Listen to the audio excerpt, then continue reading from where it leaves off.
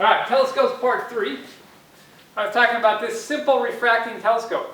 An objective lens in the front up here, and a eyepiece lens in the back right here. And you look through it like this, and this is the classic example of a telescope or a spyglass.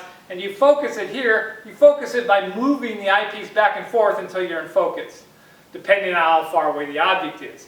The further the object is away, it's going to change the position of this final image. All right, and that's a simple refracting telescope. This is the kind like Galileo made.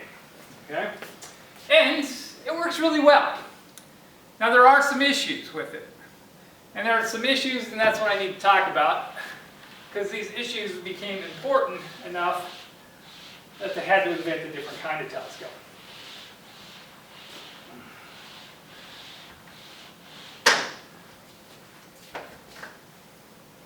All right, so we're going to do now problems with a refracting telescope. And the main problem is this, is that you use glass. And if you look at this, here's my converging lens, right? Hey, that looks a lot like if I put two pyramids back to back, right? That's kind of like a lens. But remember last time I used the pyramid? What happens to light when it passes through a pyramid is it gets refracted at different points, and that's how you spread light out into its individual colors. Well, that's not good when you're making a telescope. So when light comes in, white light comes in, what happens is you focus the red light to one focal point, but the same light that was combined in here, because it was white coming in, gets focused to a different point. The blue point gets focused in here.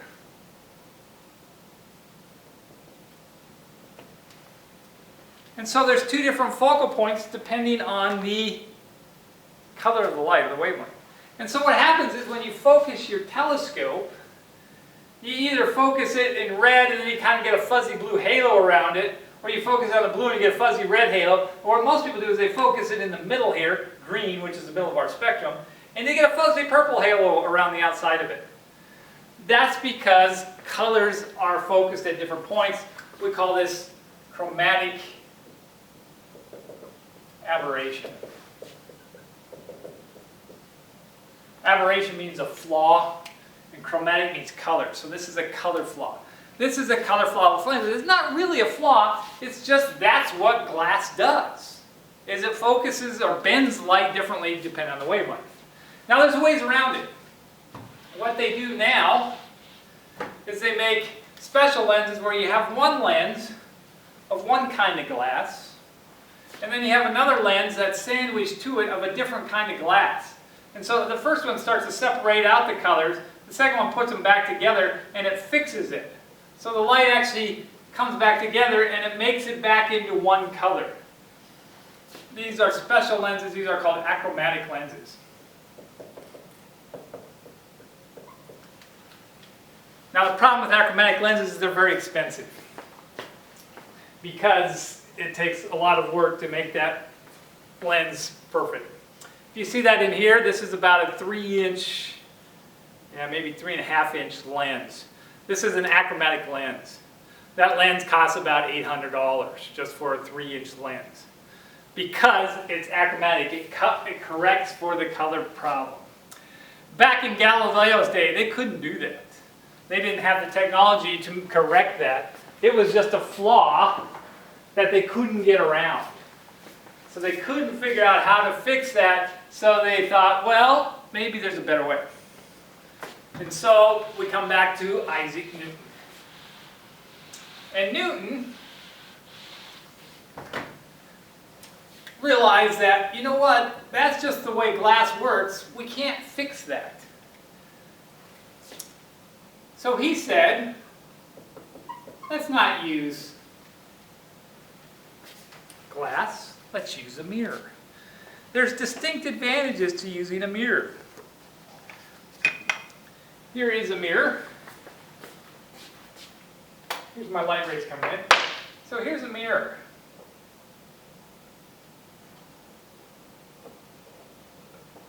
Okay? and you notice that it reflects the light off that hits it. So it's a plane mirror. Light comes in, it bounces off at this angle. Okay? Let's think about how this works then. So let's say you have your full-length mirror in your dorm room, and you want to see how you look because you're going out on a date that night or something, right? Here you are. Here you are right here. Your stick position. All right. What I'm going to prove to you is you're wasting money if you buy a mirror the same height as you, because you don't need it to see your whole self. You're like, but I want to see my whole self. I need the whole thing. No, you don't. You can see your whole self and not have a full-length mirror. Why? Because this is how it works. You see when the light ray comes in, the light ray coming in here, and the light ray going out here, if I draw a line exactly perpendicular to the mirror, what you find is the angle of light coming in, what's called the angle of incidence, exactly equals the angle of reflection. And so when the light comes in, it bounces off, we know that reflection angle. So, for example, if you're right here, here you are, and you want to see the top of your head, what you do is you look right here, and it's going to reflect off, and you're going to see the top of your head right here. Okay? If you want to see your feet down here, somewhere, you're going to look actually to a point halfway between your head and your feet, and that's where you're going to see your feet. So what you're really seeing is if I extend these out here, if I extend this out here, what you find is you're going to see yourself, a reflection of yourself,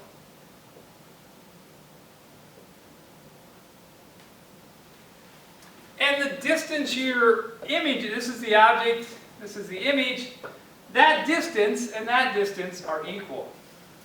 So the reflection you see of yourself is exactly the same distance behind the mirror as you are in front of it. So if you're 4 feet away from your mirror, you're going to appear to be 4 feet behind it. The image of you is going to appear to be 4 feet behind it. And notice that you see your feet right here. Right in the middle. This is where you see your feet. You don't need the bottom half of this mirror. All you're doing is actually reflecting the ground. So, all you need to see your whole body is a mirror half your size. And it doesn't matter how close or far away you are, it's going to work exactly the same. You get closer or further away from it, you're still going to see your whole body in half the mirror. Now this is completely off topic, but if you understand mirrors, you can understand how to win in like putt-putt golf. You're like, what? Or miniature golf. So, I'm going to tell you how to win in miniature golf. So here's the hole right here. Alright, and this is what you want to do. You're putting from down here. Here's your golf ball. And you want to get a hole-in-one. Well, when a ball bounces off a flat plane, it acts just like light does bouncing off a mirror. The angle it comes in at matches the angle it reflects at. So all you have to do to hit a hole-in-one, you're like, where do I hit to hit a hole-in-one? I'm going to have to bounce it here, and bounce it in. But I don't know exactly where to hit. That's how I'm going to show you. So what you're going to do is it's going to bounce off this wall here. Let me make sure this wall is like this, nice and parallel here. This is a certain distance away, the hole is, from that wall. So since it's going to be bouncing off that wall, you're going to reflect it in that wall just like a mirror. So I'm just going to go up exactly the same distance and put the hole. So I'm just reflecting this to here. So that it's the same distance, perpendicular to it. Okay? Now I can't shoot the golf ball at that position because this other wall's in the way. But I can then reflect it in this side over here. So I'm going to say, oh, whatever this distance is, I'm going to reflect the golf hole over to here. So all I've done is reflected the golf hole once in that wall and then again in this wall. Like, how is that going to help you? Well, if you do that, all I have to do is aim the golf ball directly at that hole. Because if I do that, I know when it hits there, it's going to bounce directly towards that hole. And then when it hits that one, it's going to bounce directly into the hole. And there you go. Now you can go hustle little kids at putt-putt golf and bet them $1 that you can make a hole one or something. Steal their lunch money. All right, back to astronomy. So you're saying, how do you get that to be a telescope? Well, look. This is a concave mirror.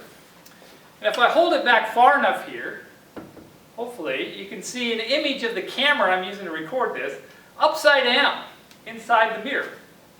But as I get closer, you're going to see it's going to flip upside down and it's going to become right side up.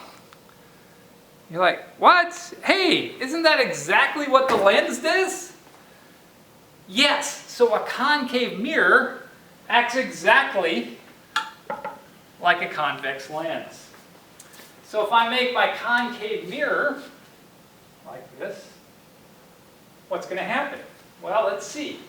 So I'm going to get my concave mirror. I'm going to erase this over here. Okay. My parallel light rays are getting less parallel all the time. And instead of a flat mirror, I'm going to put in a curved mirror. In fact, I'm going to do a concave mirror, curved like this, okay? You can do this one, but then it diverges the light. We want to converge the light. So if I do that, I'm going to move this over a little bit here.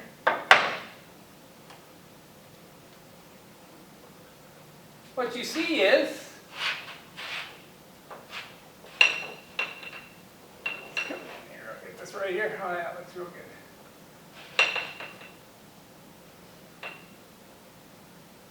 See that the light rays come in focused to a point here.